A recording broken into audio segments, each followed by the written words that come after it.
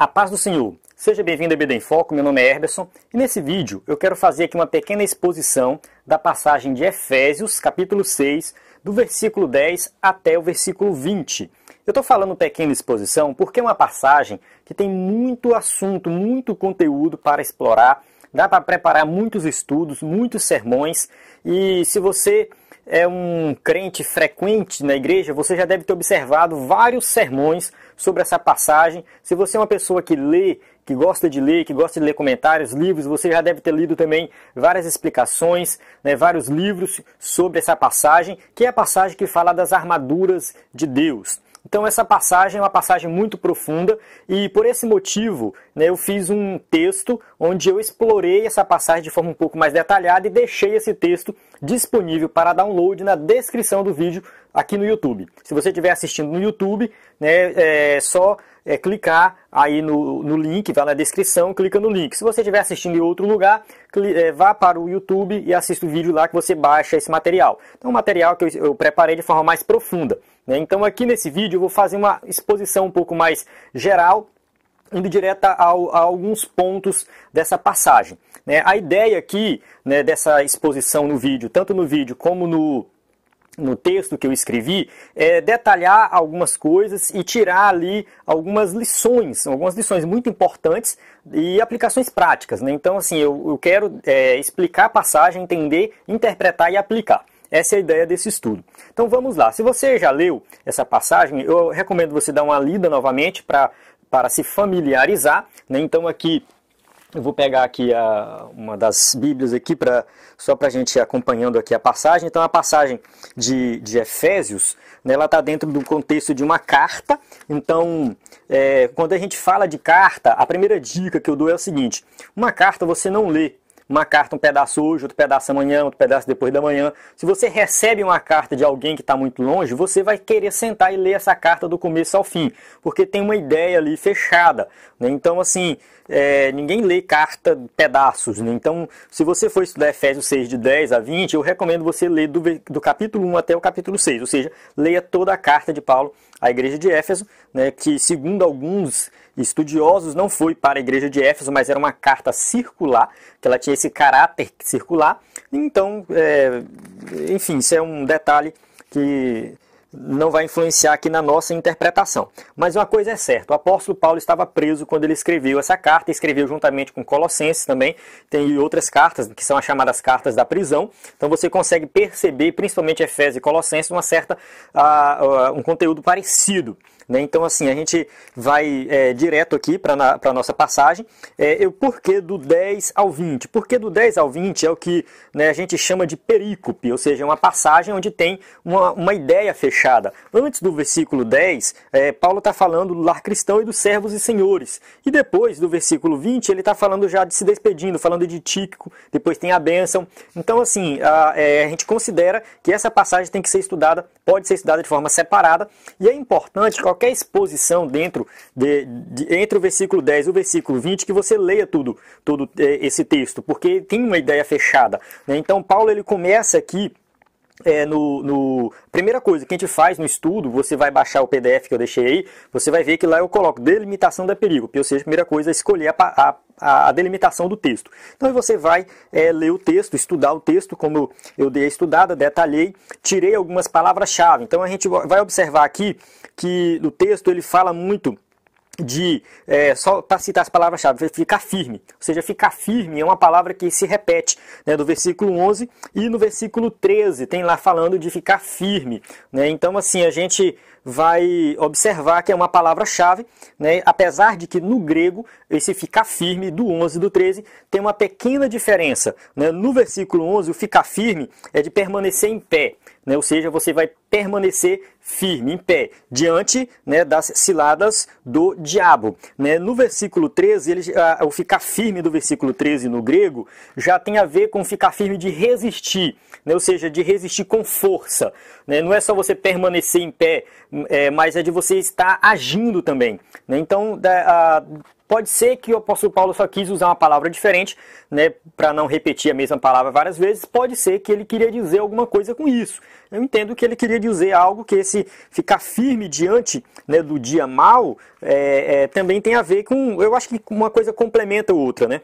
No versículo 11 diz que você fica firme em pé, ou seja, você recebe os ataques e você não cai, né? E no versículo 13 fica firme no sentido de que você não vai ficar parado, você vai estar combatendo também, até por isso que ele vai citar depois as armaduras e tem lá a espada, né? Ou seja, ninguém usa a espada só para defender, mas usa também para atacar. Então, eu entendo que esse ficar firme, ele né, nesse sentido de você estar, tanto, Paulo usa essas duas palavras nesse sentido, tanto de você nunca cair, permanecer em pé, e também no sentido de que você vai combater, né? Ou seja, você vai ficar firme combatendo também, né? Então aqui a gente entende, eu pelo menos entendo dessa forma. O versículo 11 também e o versículo 13, eles são muito parecidos, né? Ou seja, revestir de toda a armadura, portanto tomai toda a armadura. Então é parecido, né? E no 11 fala ficar firme contra as ciladas do diabo, e no 13 fala resistir ao dia mau. Então assim, dá para perceber que é parecido. Então esse dia mau está relacionado à questão das ciladas do diabo. E é importante que no versículo 12 ele explica quem é o nosso inimigo. Nosso inimigo não são os nossos vizinhos, não são os ímpios, não são os irmãos da igreja, não são pessoas humanas. Nosso inimigo é espiritual. Então o apóstolo Paulo ele deixa bem claro que nós estamos numa guerra espiritual e não numa guerra humana com outras pessoas. Nós temos que amar o próximo, por mais que por trás daquela pessoa tem um espírito maligno agindo. A gente tem que amar aquela pessoa e orar para que Deus possa ter misericórdia e possamos vencer essa guerra. Então, que fique bem claro isso, quem é o nosso inimigo. O apóstolo Paulo deixa bem claro isso aqui. Quando o apóstolo Paulo ele chega no versículo 14, né, ele já começa a falar, né, deixa eu só achar aqui novamente, né, a falar das armaduras. Então, quais são essas armaduras? Então, a gente vai estudar essas armaduras. Primeiro, Paulo ele tinha em mente um soldado romano, ele estava preso, tinha ali uma guarda romana protegendo ele, então ele olhou para aquele soldado e veio essa ideia, mas vale ressaltar que Paulo já estava desenvolvendo essa ideia há mais tempo, né? Tem uma passagem de Tessalonicenses, 1 Tessalonicenses, eu não marquei aqui para achar mais rápido, capítulo 5, se eu não me engano, versículo 8, é onde ele vai falar. Deixa eu ver se eu acho aqui, que é bem interessante, né? Paulo ele vai falar, né, aqui, ó, nós, porém, que somos do dia, sejamos sóbrios, revestindo-nos da couraça da fé e do amor e tomando como capacete a esperança da salvação. Então aqui Paulo ele está falando das armaduras também, né? Então por que eu digo que Paulo está desenvolvendo essa ideia há mais tempo? Porque 1 Tessalonicenses, segundo os teólogos, é o primeiro documento escrito do Novo Testamento. Ou seja, a primeira carta, o primeiro livro do Novo Testamento a ser escrito provavelmente foi 1 Tessalonicenses. Se não foi Tessalonicenses, foi Tiago. Mas são os dois textos mais primitivos que a gente tem do Novo Testamento. Então, ou seja, logo nessa primeira carta que Paulo escreve, pelo menos é a primeira carta de Paulo. Então, a primeira carta que Paulo escreve, ele já tem em mente a questão das armaduras. De onde Paulo tira essa ideia? De Isaías. Tem um texto de Isaías também, eu não vou ler aqui para a gente ganhar tempo no vídeo, mas está lá no texto que eu escrevi, eu coloco essas duas passagens de Isaías, onde ele também... Ali Isaías usa a questão da armadura de um soldado comparando, né, com a justiça, com a fidelidade, com a salvação, né? Então assim, Paulo ele não tira essa ideia somente da questão do soldado romano, mas ele tira também essa ideia, né, do Antigo Testamento. Então isso é análise literária, né? Ou seja, quando a gente faz essa análise literária, uma análise mais profunda do texto, a gente consegue identificar isso aí. Então Paulo ele vai citar, né, ou seja, com a verdade, ou seja, estar cingidos com a verdade, né, o cinto da verdade. Aqui a gente pode perguntar o que é a verdade. A verdade, essa pergunta foi feita para Jesus ali quando ele estava sendo julgado. O que é a verdade, Jesus? Né? E Pilatos estava diante da própria verdade. Jesus diz, né, em João 14,6, eu sou o caminho, a verdade e a vida. Então Jesus é a própria verdade, né? Então, e da mesma forma o crente tem que andar em verdade. Então se você anda em verdade verdade, você crê na verdade, você está protegido com a verdade, né? Ou seja, cingido com o cinto da verdade, né? E o cinto é importante porque é ele que segura a espada. Como é que você vai usar a espada da verdade se você não tem o cinto da verdade, né? E aí vestindo-se a couraça da justiça. Então a couraça da justiça também, no caso, é a proteção da frente, das costas, né? Ela protege o coração, protege contra os ataques. Então a couraça da justiça também, da mesma forma, remete a Cristo, a justiça de Cristo. Cristo nos justificou, somos justos mediante a fé em Cristo Jesus, justificação pela fé. Então a gente tem aí nessa questão da couraça da justiça, né, a salvação em Cristo Jesus, a justiça que Ele imputou em nós, e também uma vida justa, uma vida de justiça. Se você está em Cristo, você vai estar protegido contra os ataques do inimigo, né? E aí depois ele vai falar, né, embaraçando sempre o escudo da fé, né? Ou seja, o escudo ele tem a ver com proteção, né? Ou seja, quando a gente está com o escudo através da fé, né? O diabo ele vem nos atacando pela mente, jogando, tentando nos convencer de que a nossa fé é fraca, colocando dúvidas, colocando medo. Então a falta de fé, ela abre brecha para os ataques do inimigo. Então a gente tem que ter muito cuidado com isso. Então aqui fica bem claro que a fé, quando você tem fé, você tem um escudo de proteção contra os ataques. Ele fala assim, os dardos inflamados do inimigo, né? Ou seja, as guerras naquela época eram flechas que eram untadas com betume ou outro material que pegava fogo, né, inflamável, e era atirado. Então, além dela perfurar, ela queimava ainda, né? Então era um ataque duplo, pode-se dizer. Então significa o quê? Que os ataques do inimigo são ferozes, mas se quem tem fé, quem está firmado na fé, não vai sofrer nada, né? E aí continua, tomar o capacete da salvação e a espada do Espírito. Quando fala capacete da salvação, protege o quê? Cabeça, mente. Salvação também é algo racional, não é só simplesmente emocional. Então se você é salvo pela fé, porque você tomou uma decisão racional, né? Não simplesmente se emocionou, chorou. Tudo bem, pode ter isso na conversão? Pode, né? Você pode se emocionar, mas tem gente que se converte e não se emociona, né? Se você lê o livro do C.S. Lewis, Surpreendido pela Alegria, ele fala da conversão dele assim, simplesmente ele não cria, e ele de repente começou a crer. Então ele saiu no ônibus de um local para ir para ter um zoológico, se eu não me engano, no meio do caminho ele começou a crer.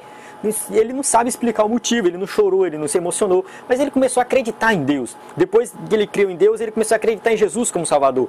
Então ele entregou a vida a Jesus, não teve nenhum tipo de emocionalismo, mas foi uma conversão verdadeira. Ninguém duvida que C.S. Lewis não era salvo. Por quê? Porque a conversão ela também é racional. O capacete da salvação tem a ver, né, com cabeça, com mente. E a espada do Espírito, que é a palavra de Deus. Não precisa ficar especulando sobre o que é a espada. Já está falando, é a palavra de Deus, né? Ou seja, a palavra ela perfura, ela penetra, né? No caso, quando a gente fala da espada, é para o quê? Para atacar e para defender. A palavra serve para os dois, né? Ela defende, né? O cara que está lutando defende com a espada e ele ataca também com a espada. A palavra de Deus também, a gente se defende e a gente ataca. Como que Jesus venceu Satanás? Através da palavra. Então, né, tudo isso fazendo você usar essas armaduras, ou seja, você ter consciência de que você está em Cristo, né? Que Cristo te protege, Ele te justificou, você está na verdade, né? Você tem a palavra para vencer, você tem a fé para vencer. Tudo isso com oração e súplicas, que é a terceira parte dessa passagem. Então eu divido ela em três partes. A primeira parte é conhecendo o nosso inimigo, a segunda parte, as armaduras, e a terceira parte, oração. Então o apóstolo Paulo, ele tem isso em mente quando ele escreve esse texto. Eu creio que ele vai desenvolvendo a ideia dessa forma, né? E aí a gente faz a aplicação. Ou seja, como que a gente vence Satanás? Como que a gente vence o nosso inimigo espiritual? A gente vence, primeiro, crendo em Jesus como Salvador. Tem que estar em Cristo, porque se você não estiver em Cristo, você não tem nada disso, né? E você se fortalecendo em todos esses aspectos de Cristo na sua vida. Verdade, justiça, fé, né? Então, ou seja, tudo isso você fazendo com oração e súplicas, juntamente com todos, não somente individual, mas Paulo enfatiza que a oração é coletiva, né? E também ele enfatiza a intercessão, ele pede oração para ele mesmo. Então nós temos que orar uns pelos outros para que nós todos possamos vencer essa guerra espiritual. Amém? Encerro aqui esse vídeo. Espero que você tenha gostado dessa exposição. Deixe seu comentário, né, dê sugestões e, enfim, né, acesse o site do EBD em Foco. Lá você vai encontrar um conteúdo completo para professores da EBD que querem se capacitar e serem professores de excelência. Acesse ebdemfoco.com.br e baixe também o material que eu deixei aqui disponível para você se aprofundar nesse assunto. Até a próxima!